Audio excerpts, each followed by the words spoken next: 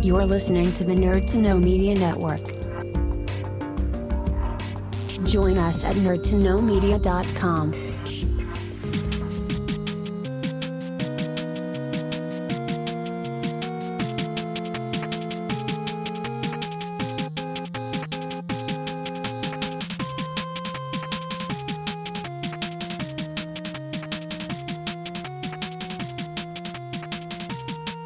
Hello and welcome to this week's edition of the Game Corner, where we talk about all the games people have been playing during the lockdown. My name is Kieran Calcorn, and we have a friend of mine on the show today, Madison Bolwby, who is an insurance broker. How you doing, Maddie?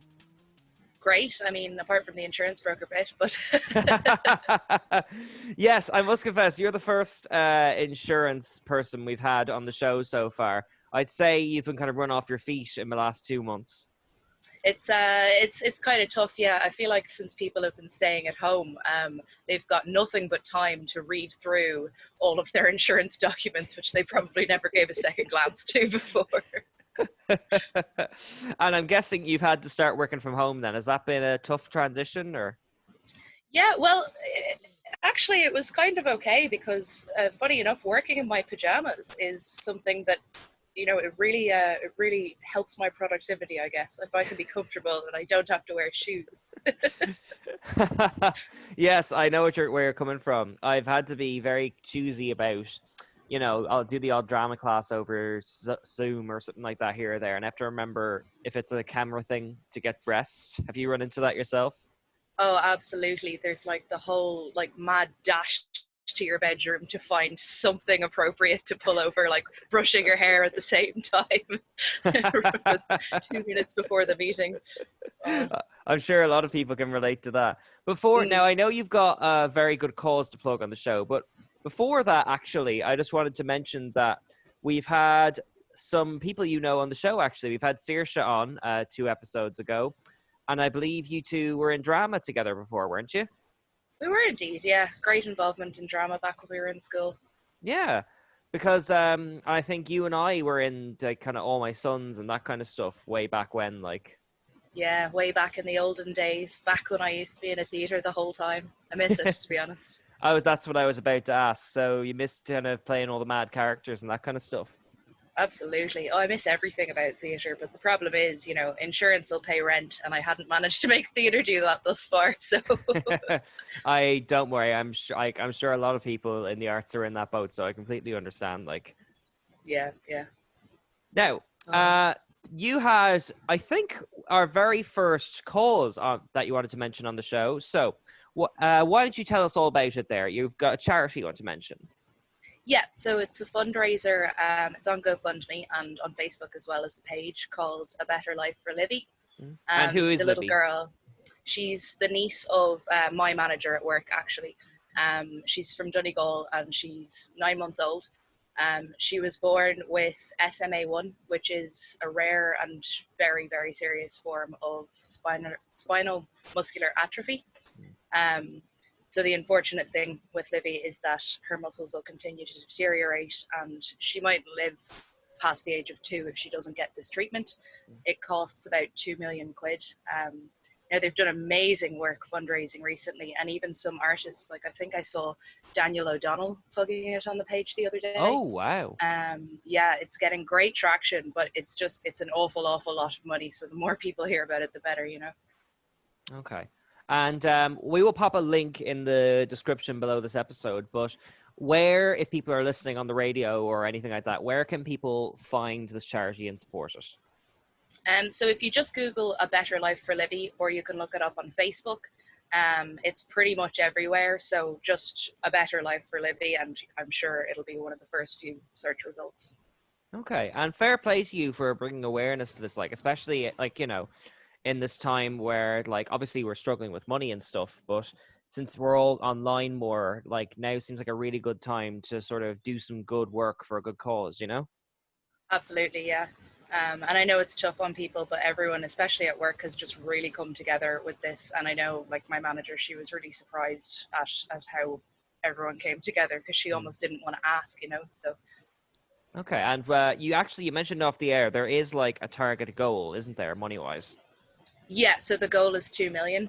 And the last I checked, they had over 300,000, but I'm sure it's gone up in the meantime. Okay, so it's very achievable. Yeah, well, we hope so. Okay, well, that is A Better Life for Libby. If you have heard what Maddie has been saying about it and you feel like you can give a little support, I know these are tough times, but we'll put the link below this episode. And please keep Libby in your thoughts and just give whatever you can. Thank you very much for bringing that to our attention, Maddie. Thank you. No worries. Now, this is the Game Corner after all, and I believe that you have a few games you want to talk about. So, have you been gaming more since the lockdown began? Oh, absolutely. Yeah? What's your console of choice? The Switch, about 99% of the time. And right now I'm sitting at my desktop computer on which I have a lot of Steam games. But the Switch has just been so handy to carry around the house or sit on the couch while someone's watching TV or even play on the TV, so. Yes, I must confess, I haven't actually used the TV setting yet. Is it worthwhile? Definitely. I mean, it depends on the game. Things like The Legend of Zelda, great on the TV because it's so beautiful. And anything multiplayer as well, especially for split screens. But most games, I'm just happy to sit and play handheld. I think that's the beauty of it, Yeah, I must confess, Stevie did get me one for Christmas, which has turned out to be a fantastic investment considering we're all locked in our homes. And Yeah. And I must admit, the first thing I bought was just all the Final Fantasy games that I played on the big TV. Having it on a little handheld thing is just so much handier. Have you found that yourself? Oh, it's so great. I bought Final Fantasy VII. I hadn't played it now since the PlayStation 1, so I was just so happy to be able to sit on the Lewis with it, or well, at the moment sit at home with it. But Yeah. you know what I mean? Yeah. It's the versatility that matters, really. Any of those games, I can just then take in my hands in a very comfortable console. It's nice to hold. Yeah, it's funny actually. Kev, who was on the show with us, I think 2 episodes ago, because I'm a bit confused about the order he's going to be released in. But he said before that the Switch, irrespective of the games that are on it, the Switch is just the most comfortable console to play on. Oh, absolutely. I think it's second only to the GameCube controllers that had the little grooves on the trigger buttons that your fingers just sort of fit into. That's my all-time favorite, but the Switch is a close second. Oh, I never had a GameCube growing up. Oh, I'm sorry. I had a Pikachu Nintendo 64 though. I got it off a friend of mine for 60 Irish pounds, which I still think was a steal, even considering it when I bought it, let alone whatever it'd be worth now. Oh, absolutely. That's a treasure forever. You'll have Prim on that in no time. Yeah, I just need to get someone tech savvy because it's such an old console. A lot of the TVs aren't built for its input, so I'm really hoping someone will kind of find a way to fix that up. Yeah, actually, do you know what? I wonder. I know I have a SCART to RGB connector and things like that, and I have a couple of friends that work as EMTs at Google. And they might be able to find something in those lines. Lovely. Well, when the world starts up, yeah, put me in touch. I will. I'll let you know. Now, I believe the first game you wanted to talk about, because you did send me a big shopping list of options, but the first one you wanted to talk about was Stardew Valley, right? Absolutely. Always. So, some of our listeners might not be familiar what that is. What is Stardew Valley? So, the whole basic idea is that you are a desk jockey, essentially. You're working this tiring job in an office for Joja Corporation, which is this big bad, corporate slog. They have a big chain of supermarkets and stuff. And you're working really hard and you're working really tired. And then your grandfather unfortunately passes away, but he leaves you in his will his old farm at the edge of Pelican Town.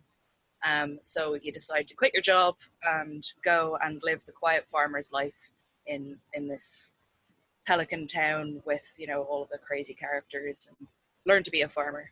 So it's a very Harvest Moon kind of feeling game, but there's just so much more to it. Okay, and I'm guessing this is a Steam game, so what's the kind of graphical nature of it? So it's really beautiful. Like it's pixels, right? Right. And it looks like something that you would play on like a GameCube or an N64 or even a Game Boy. But that's the choice of style. It's actually very detailed and beautiful and colorful, you know. Mm. And it is, yeah. So it's on Steam. It was on Steam first, but you can also now get it on Switch. You can get it on PlayStation, and you can get it on your phone. I believe Xbox. I'm not quite sure though. Okay, and like, what do you find appealing about this game personally? Because I always find those kind of Farmville type games a bit stressful after a while. Like, Yeah, I mean, I get what you mean. Like, there's a certain amount of it where people would kind of go with min-maxing and trying to get the most out of everything as quickly as possible, which I find too stressful, so I don't do that. I just love that you can sink so much time into it, but you never run out of things to do. Like, I bought this on my laptop on Steam years ago, and I spent hours just farming my crops and building up my farm and tending to my animals and occasionally fishing. I completely ignored the combat part of the game. oh wait, hang on. There's combat? I thought this was like a farm game. Well, so you would think. So there's the relaxing farm life for people who want that, Right. and then there's the mines, which you can go into, and you like fight monsters and you find rare ores and gems, which are useful for crafting and things like that. And there's like quests to do down there as well. The thing is, it's totally optional. You really don't have to do it if you don't like that part of the game, which is beautiful, I think. Okay, But no- so is this kind of a story-driven game, or is it just like a bit of an Animal Crossing, like maintaining over and over type thing? It's a bit of both. So, kind of like in Harvest Moon, you can have relationships and friendships with the villagers. You Right. can get married, and it's an equality-driven game. You can marry either gender as either. And there's a story for each individual villager. So the main story, I suppose, is that there's a big Joja Mart that's trying to get the town to sell their community centre land so they can knock it down.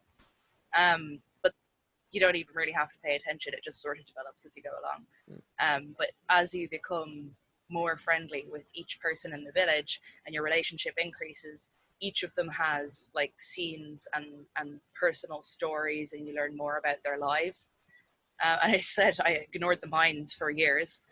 I ignored relationships with the villagers up until this lockdown started. And since then, it's like a whole new world has opened up that I did not know was there, having played the game for about 3 or 4 years. Okay, so there's a lot of variety. Like, you can play, like, it's kind of customizable to the way you want to play it. Absolutely, yeah. And like, you just never know that stuff is there sometimes until you accidentally find out. Like, it just keeps on giving. You can play it forever. There's no real end point, you know? Okay, and you mentioned like kind of building relationships with the community and stuff. Is there kind of a Fire Emblem dating sim component to it as well? Like, Oh, I don't know, the one where you invite them out for tea and things like that. yeah. No, not really.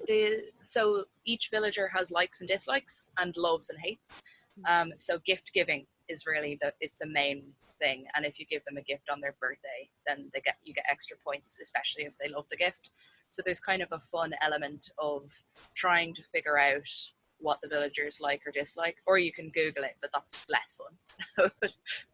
Okay, so slightly personal question. Do you have any idea how many hours you've put into this game so far? Oh my goodness. Well, I have it on Steam. Right.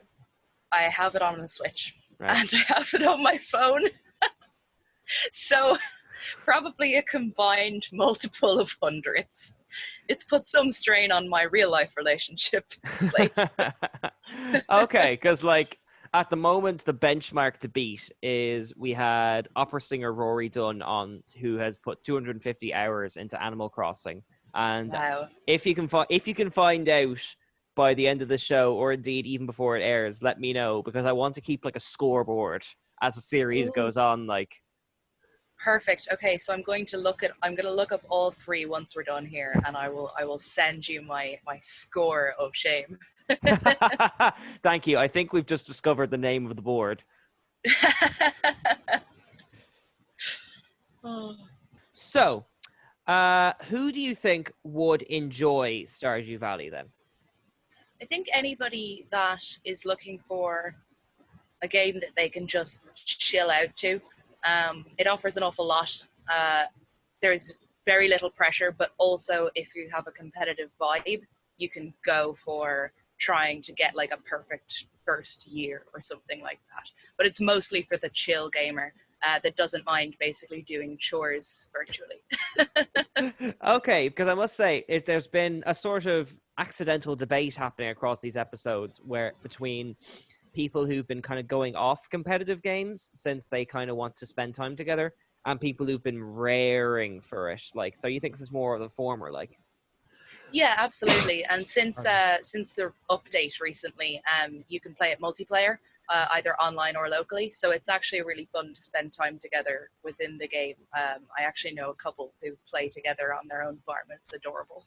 Oh, that's lovely. Okay, so there's a multiplayer version as well, like. Yeah, so in the game you can just play multiplayer. You can even build a house and invite someone into your current save file if you want. It's great. Oh, I could see that being very appealing then. Yeah. So you don't have to lose your progress if you want to have a friend come on in, Okay.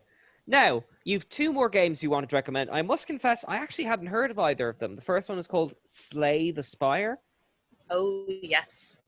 It is excellent and a little bit of a good one if you're going for a slightly more competitive edge as well.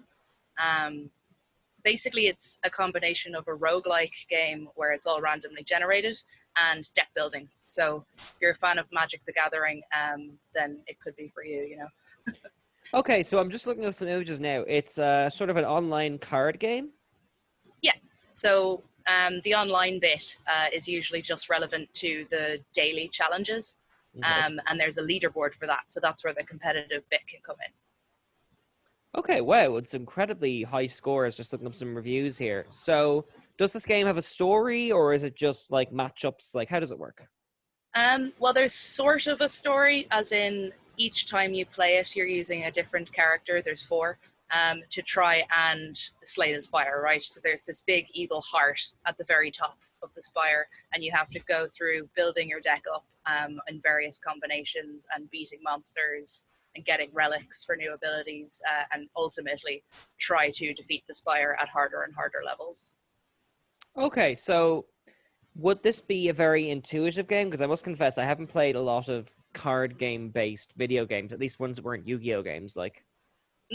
Well, it's quite easy to get a handle on. And for an example, and I hope she doesn't mind this, my friend Katie was never into video games, wouldn't play them, insisted she was bad at them. And then she sat down to Slay the Spire one time, and now she's like amazing at it. She came 20th in the daily challenge the other day, and she was like, what has happened? But she picked it up, and it's because it's more strategy and kind of rolling with the punches and trying to make combinations that play well off each other. And you can get to know it quite well just by playing it. I think it's kind of accessible as well as competitive at the top levels. Okay, so there isn't a steep like learning curve or anything like that. Not really. I mean, the first few times you'll play it, you might get frustrated and die, but every run is so different that you might get some things that go really, really well, and then it kind of gives you a bit more of a confidence boost, and it sort of motivates you then to go back in and be like, I need a run that was that good. Okay, all right.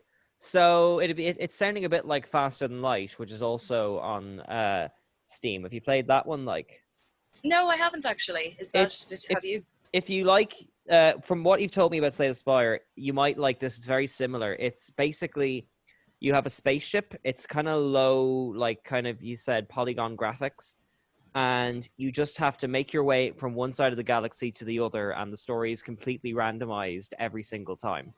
That sounds brilliant. I love those kinds of. There's so much replayability. Yeah. And it's like you said, it can be frustrating, but it's a very mellow game. Sometimes it's only 20 minutes, sometimes it's 2 hours, but there's a nice soundtrack to it. So it's very easy to pick up. Like, I'll definitely check that out now.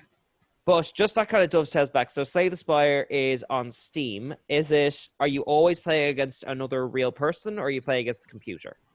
No, so you're always playing against the monsters in the computer, basically. So they'll come up and they don't have their own decks as such. They have, just attacks and different abilities and things. And as you go through, you kind of get to know them, but they're all randomly generated. So you don't know what you're going to run into in any given room. Okay, all right. That sounds like you lose a lot of time to it very easily, to be honest. Yeah, absolutely. And like you said, the runs, you can do a speedy run in 20 minutes, or it can take you over an hour because you're thinking carefully. There's no time limit. So that's quite fun as well. You can be chill and try and really build a strategy. Excellent. And who would you say would enjoy this type of game? It could be for people who enjoy deck building, absolutely, because that's a huge part of it. But anybody who loves taking an awful lot of time to plan the best deck and doesn't like leaving it to chance mightn't like it because it's always random. But also, it's basically a dungeon crawler. So if you like deck building and strategy, but also you like a sort of dungeon crawling and attacking element, then either of those kind of feels good. Okay, excellent. Now, there's one last game. Again, I hadn't heard of this. Unholy Heights. What is that? Oh, yes.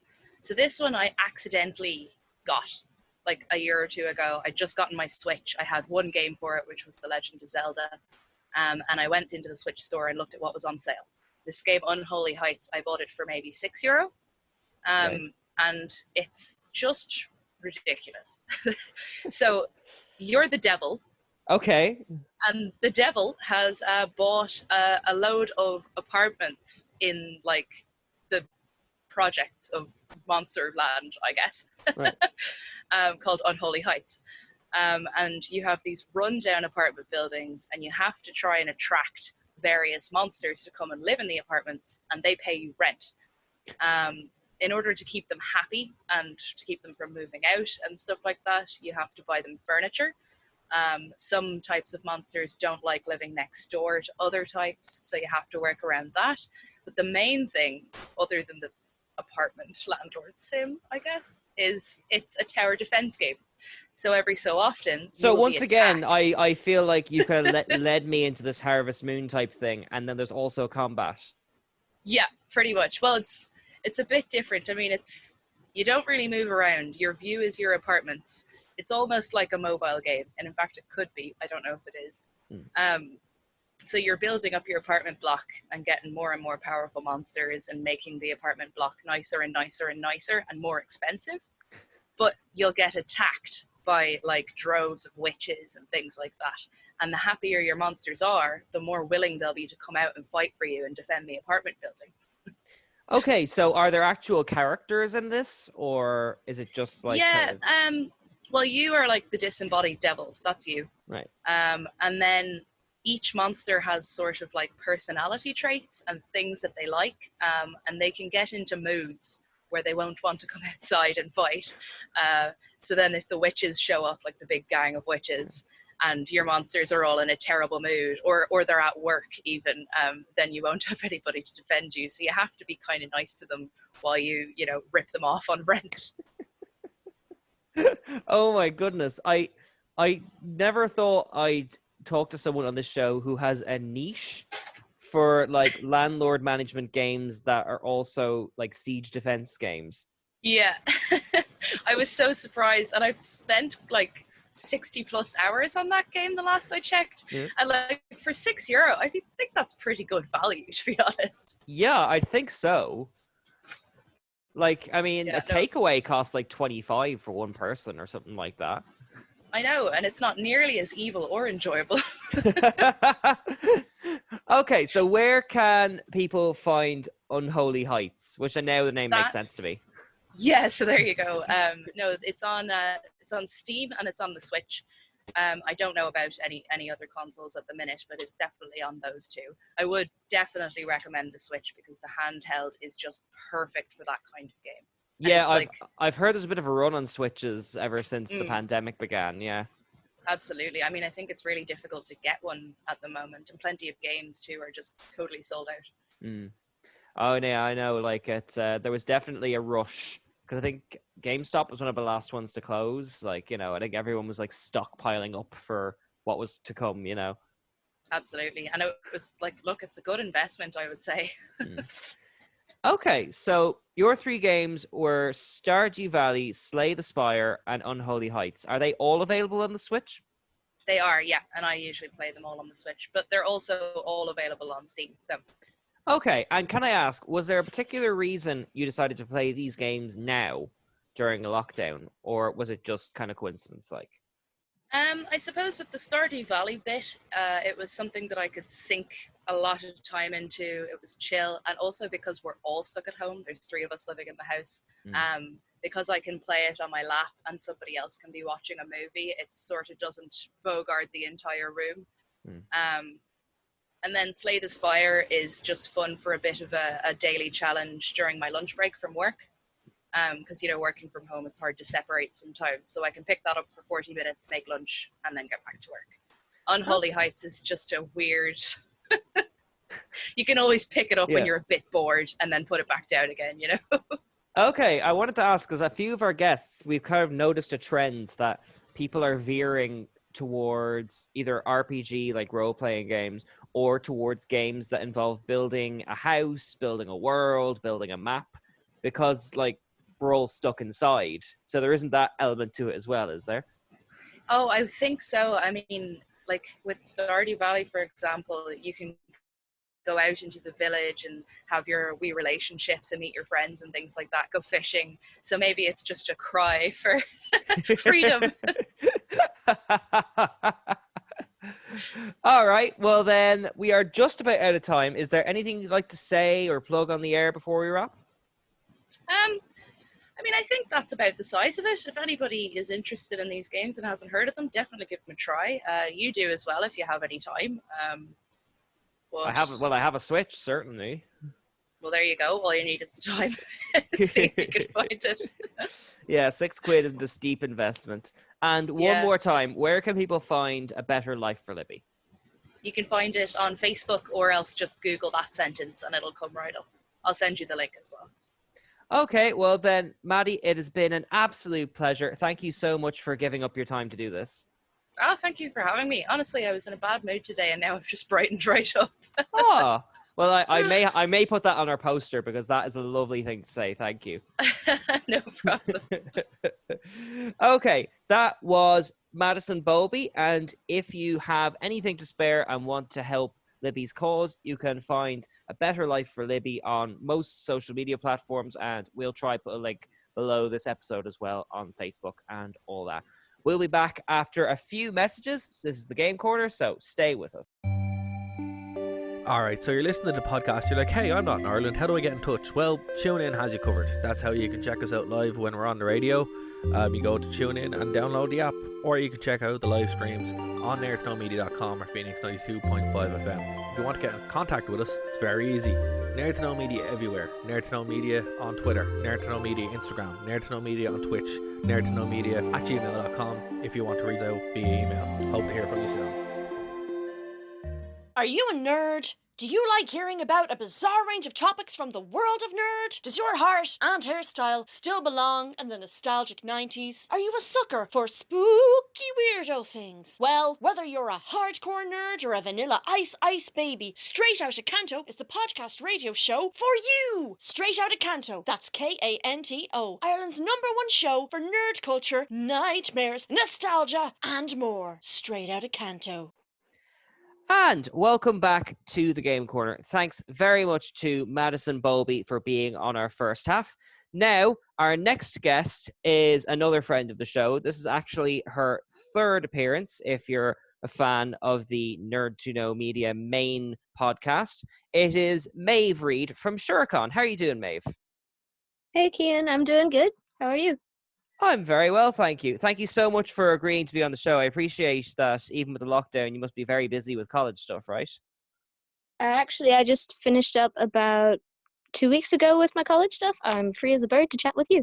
Excellent. That's what we like to hear. Now, before we get into the games and stuff, I believe Shurikon has a little bit of news that you want to discuss on the air.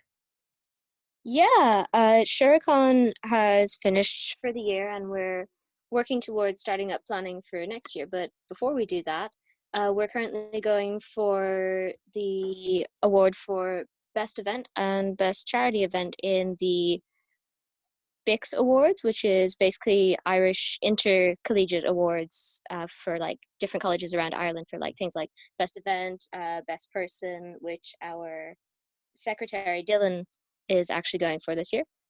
So we're excited and hopeful that we will win Best Event, Best Charity Event. Excellent, because I remember when we had you on last, I think it was around Christmas, like you were talking about all the fundraising you were doing for, what was the charity again? This year's charity was Jigsaw. That's right, yes. And I believe you hit quite a milestone, didn't you? We did, yeah. We made even more than we did last year. I can't remember the exact number, but we definitely went over 1.5 grand.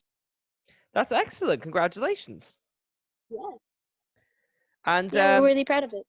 yeah, as well you should be. And like we were there at the last Shurikon, and it was great fun, like going around all the stalls, the video games, the dancing, like all the events and stuff. I didn't get to meet the celebrity guests, unfortunately, but are you happy with how it turned out? Oh, absolutely. It was so much fun, and it was like just a massive payoff for all the work we did coming up to it, from like just organizing everything to getting the word out, and it turned out wonderfully. That's wonderful. And I must say, just this is nothing to do with the show, but I did start watching JoJo's Bizarre Adventures after you talked it up on the show. It is exhausting to watch. It is such chaos and nonsense.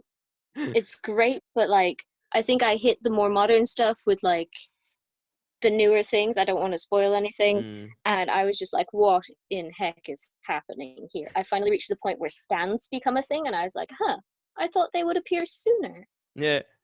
I think I made the mistake of starting from the start, where it like zips around, it jumps around like centuries at a time, and like, you know, so there's vampires, and then you're in New York, and you're in London, and then there's Germans, and it just keeps, it almost feels like this drama game we play where every kid gets to add one sentence of the story, and it just goes, and then they died, and then they didn't die, and then they blew up, and then they became horses. Like, that's how it feels watching it, like.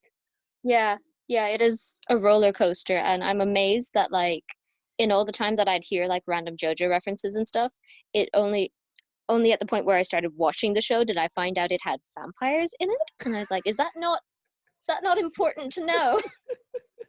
I mean, it's testament to it that there's so much going on that vampires are a footnote. Exactly. Okay, and JoJo aside, how have you been managing since the lockdown started? I have been doing pretty well overall. I've been sort of support friend to a lot of people in that, you have a breakdown, you go, Maeve, I'm stressed, and I will come along and be like, you do not need to be stressed. I have slipped a log of cookie dough into your mailbox in a social distance manner. Love you very much. Don't die. That's sort of that's how I've been spending my time. I've been making logs of cookie dough. I've been playing a lot of RPGs. I've been playing a little bit of League of Legends, and I've just been baking constantly. That's wonderful. And, you know, on a serious note, like, it is great that you are, like, kind of reaching out to people and making sure everyone's okay. I did that for the first 2 or 3 weeks, and then, like, I found it hard to kind of keep making the effort to call people every single day. But it sounds like you've been doing really well, like. Yeah, I try my best to keep in touch with people. I'm kind of aware that everyone's stuck on their own, and it does help to, like, hear a friendly voice every once in a while. And you've been cooking more as well. Sorry, baking, my mistake.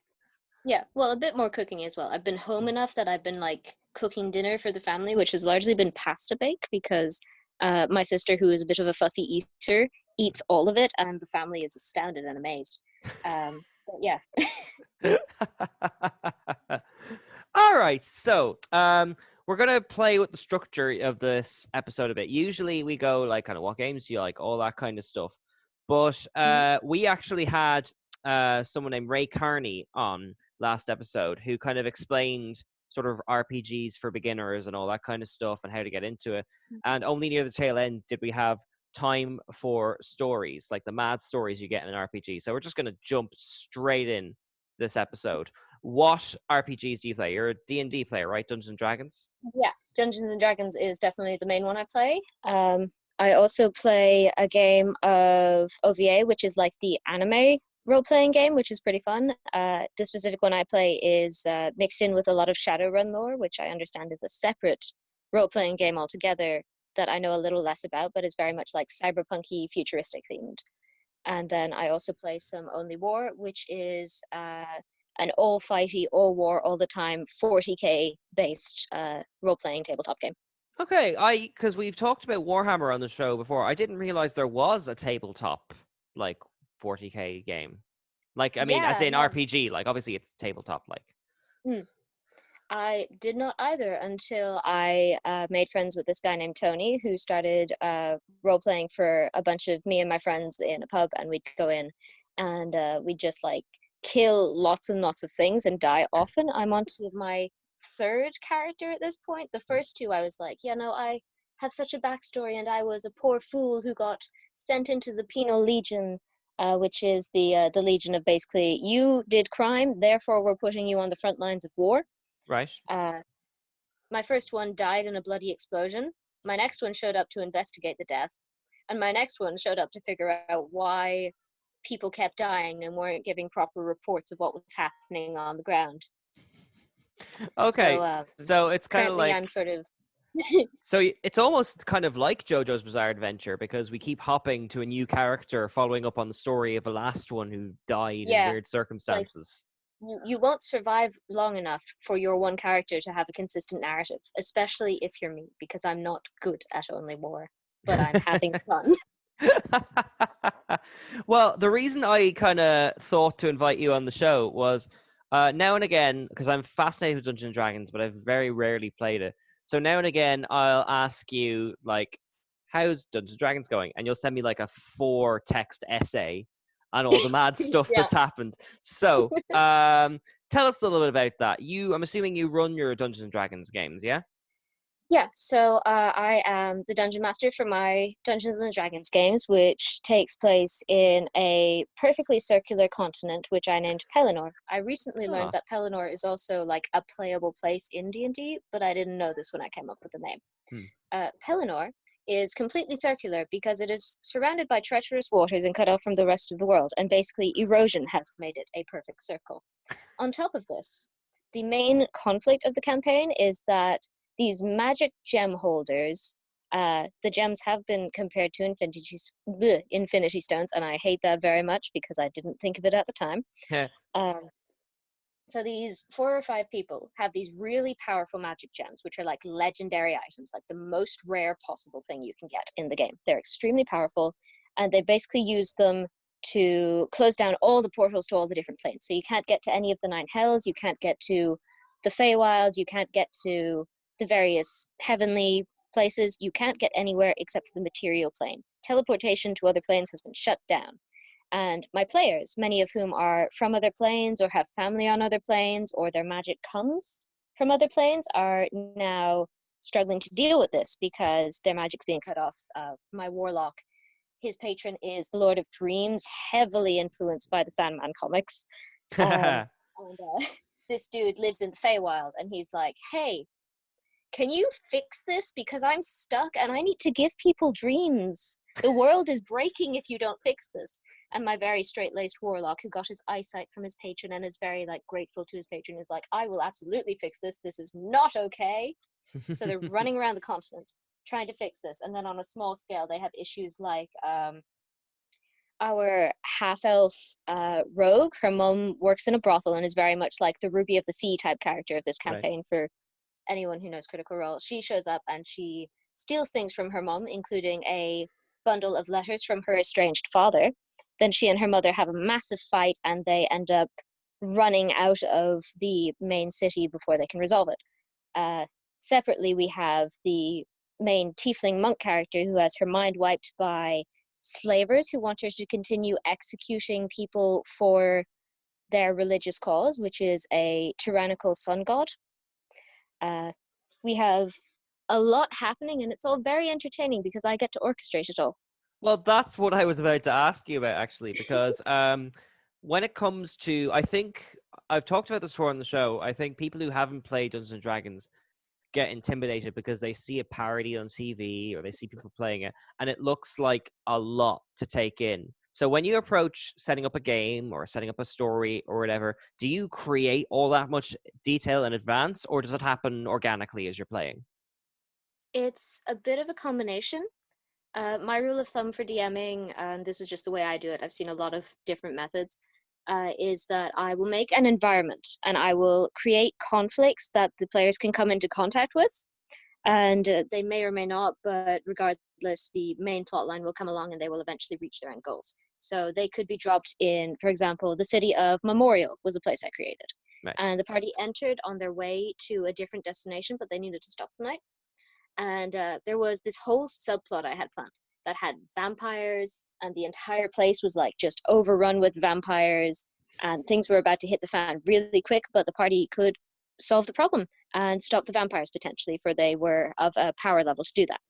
And they completely missed that entire arc and went on their merry way the next day, none the wearer about the vampires. And months later, they're going to return to this village and be like, hey, why does everyone look like a zombie? Horrified when they find out that everyone's either a thrall or a vampire. That's mad, because yeah, that does happen. I've only actually ever played 2 Dungeons and Dragons sessions, but the one time I did, I was playing like sort of a cheeky sort of used car salesman monk, and so I put a lot of charm into him. And what happened was, like, there was supposed to be this like whole big elaborate thing where we like see someone during a fight and we have to like go search for him and follow clues and all that kind of stuff. But because I had a charm and a few good rolls, I got to just go up to the guy and ask, what's the story? And then convince him to take us to the pub and explain the whole plot that would have taken like 3 sessions to get to. Oh my. So you do kind of have to go, like, you can plan a story as much as you want, but you're at the whims of the people actually playing it, right? Yeah. And you can never fully account for what they're going to do. Like, I had one player who was going to hop out for a few sessions because she was in the midst of her exam. She was overwhelmed with everything going on and she couldn't be in the headspace for D&D. So I said, okay, here's some options for things we could do to like take her out of the picture. And she was like, I'll go with the one where I get kidnapped. And I went, okay, we'll do that. And so we came into the session and I was like, so you go out for a walk at night to clear your head. And this is what she decided to do. And she goes, yes, that's what I do. And I go, well, you are suddenly faced with this woman familiar from your past who was once your slaver and 7 goons. And she goes, I run away as fast as I can. And she's a monk, so she can run faster than literally all the other people. So I had to spend about an hour playing a chase scene with just one of my players and 7 NPCs who just could not catch her. And she texted me privately and she goes, I know I said I wanted you to kidnap me, but I never said I'd make it easy for you. You couldn't just say a wizard did it? No, not at all. Oh my god, that is absolutely wonderful. Like, what happens if she doesn't come back for 5 or 6 sessions? Are all the players just going to keep turning up, like, and they'll say, sorry, she's in another castle, like? To an extent, yeah. I kind of just flesh things out as I go. And what happened was they were in this one city and she got taken to another, and she was like enough hours ahead of them that they had to finish a few things and then get to her. So they had a few days where the play kind of extended. She was gone for about 2 weeks. Right. And so they came along and they got to the city and they had to investigate the city because they didn't know where she was. And there were 2 potential coliseums that she could have been in that were both different kinds of fight pits. So one was very much the religious fight pit where it's like, okay, so you stole a loaf of bread. That's illegal. We like watching fights, so you're going to be put to the death against this person called the executioner, which is a terrifying concept. And I made it very clear that this was very bad and may have slightly emotionally scarred my players, but I think they're used to it by now. Um, Well, that's what I was going to ask you about as well, because like your friend gets kidnapped, disappears for 2 weeks. She comes back. The rest of them could all be like, getting Vietnam style flashbacks or something, and she's just there with her mm. suitcases. Like, what did I miss? Yeah, so she gets like a few updates because it is kind of what's happening with her, and I roleplay with her a little bit what's going on in that she was being brainwashed by this woman named Doria who came to take her back because obviously this girl is now a fully fledged adventurer and she doesn't want to return to being an executioner in a fight pit. So she has an intensive version of this spell that alters your memories cast on her that basically resets her to factory settings in a way. Right. She manages to resist enough that she can sort of remember her friends, but basically, in the aftermath of them saving her from the Colosseum, which they blew up for funsies, in the aftermath of saving her from the Colosseum, they have to spend a good week in a safe haven that they know of, trying to get her memories back, which is a massive ordeal that allows them a lot of time that's like outside of fighting, where I had them role playing, like just making friends basically and getting to know each Okay, well, let's walk it back a bit. How did you learn to essentially lead these games? other. I guess partially from like watching other people play because I did start out as a player for D&D, playing games in DIT in the Game Society because they do weekly games there, and then playing with my boyfriend who had me in his own session.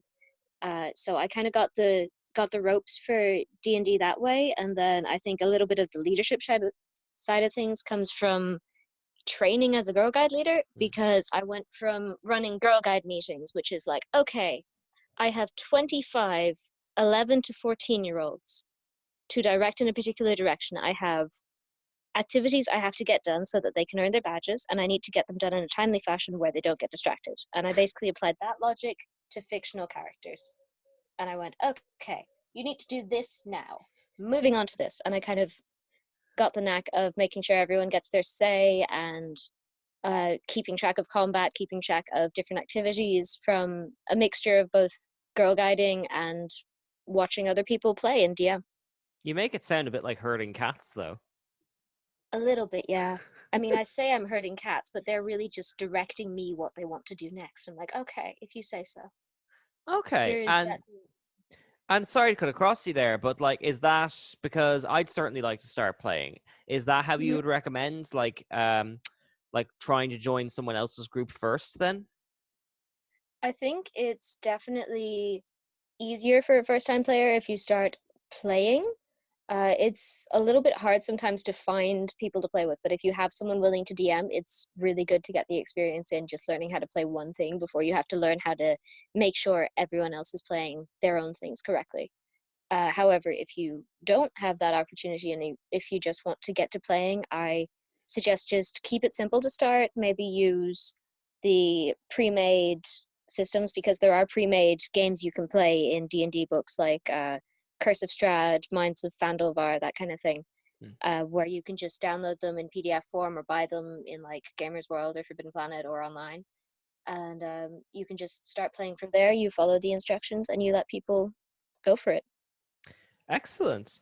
And because we have a few minutes left, you mentioned there was a sort of a more Japanese themed RPG you were playing as well. Yeah, I play a game of OVA, which is like basically the anime RPG. I don't know a lot about it outside of what I played, which is specifically a Shadowrun game set in like the year 2057 in China. I play a character who is Chinese from just entirely from China. I've forgotten the names of places. Oh no. Right.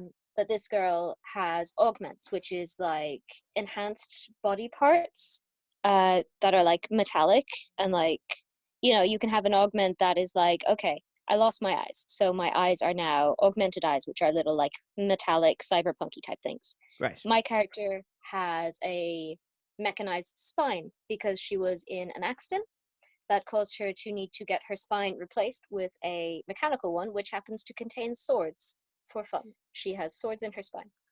But I'm sorry, that's just not something you expect anyone to say, let alone in such a casual tone of voice. so yeah, she wanders the streets of Hioi doing shadow running tasks, which is basically like hired mercenary, assassin. Most recently, she and her teammates did a museum heist where they successfully heisted a sarcophagus with a live mummy that came out and attacked them. So we almost died there, but it was extremely exciting, and she pulled the knives from her spine and started going at it.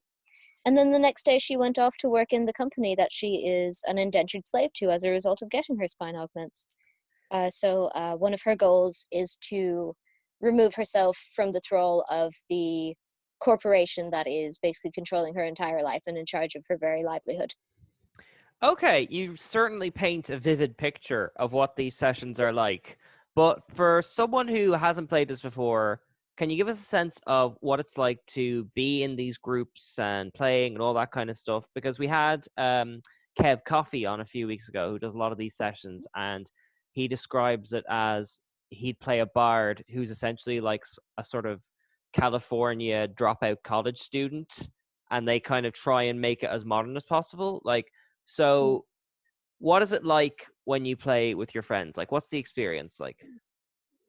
Um, well, it's very much like different for every game, but with like a continuous sense of we all have our roles to play and we're working together for a common goal. In Shadowrun, in OVA, it's we're all criminals and we all want to achieve our goals so that we can make money, maybe get revenge on someone. We've recently sort of laid out our goals, whether it be our big troll guy who's like a mafioso type New Yorker kind of thing. And he comes along and he's like, I want to defeat these guys because they messed with me in the past, and that Right. is like my thing.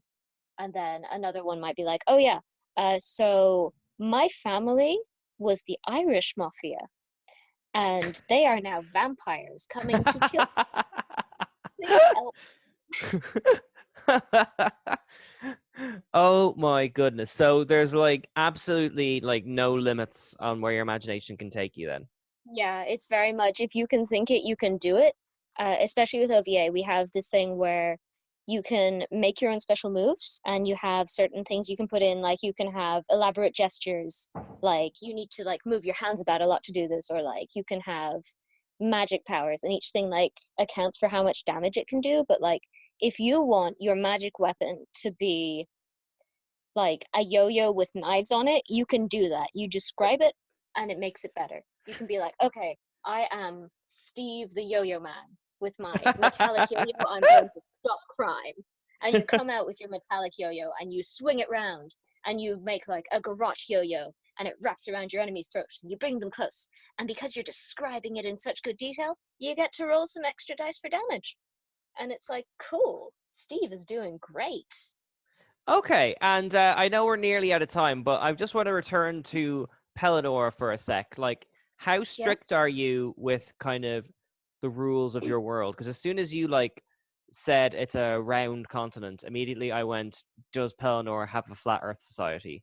Like, do you keep it fantasy, or are they allowed? Or if someone says I want a submachine gun, they get it. Like, That is a good point you have latched onto, because recently I had a character get retired for a new character coming into place, and this new character is an artificer, which is basically the D&D class where you get to make things like submachine guns and stuff.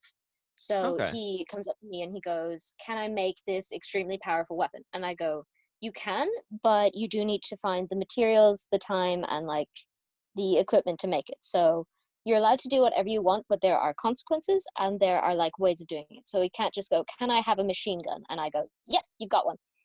Instead, it's like, can I have a machine gun? And I go, yes, here's the things you need to do to get it. And then he does it.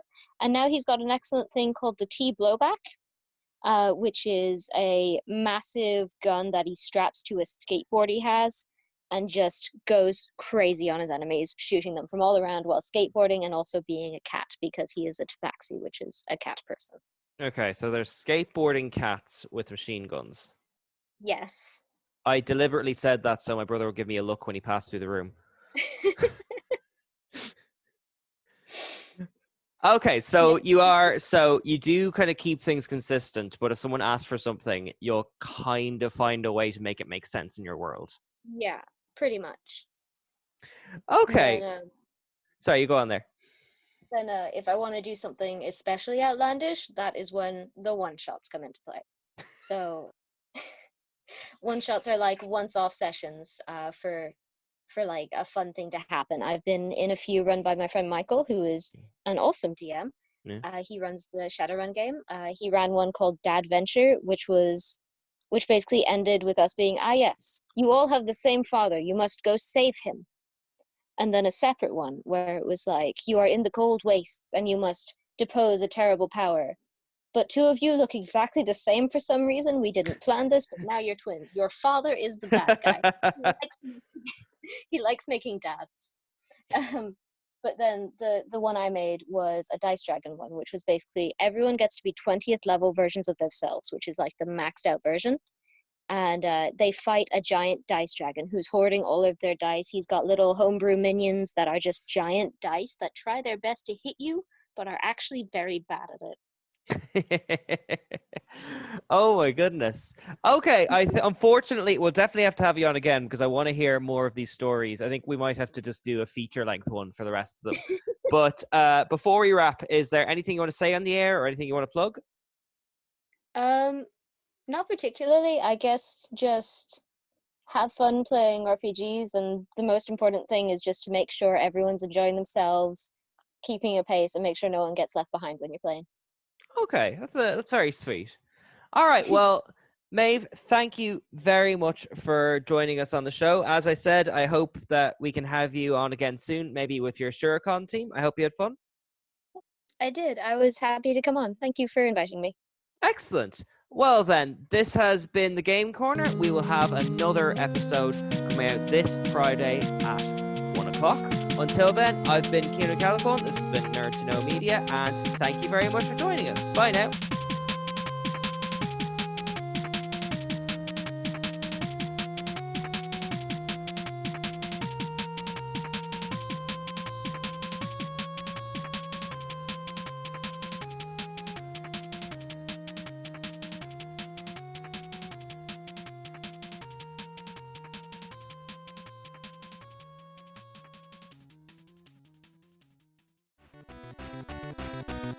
Thank you for listening to a Nerd to Know Media production.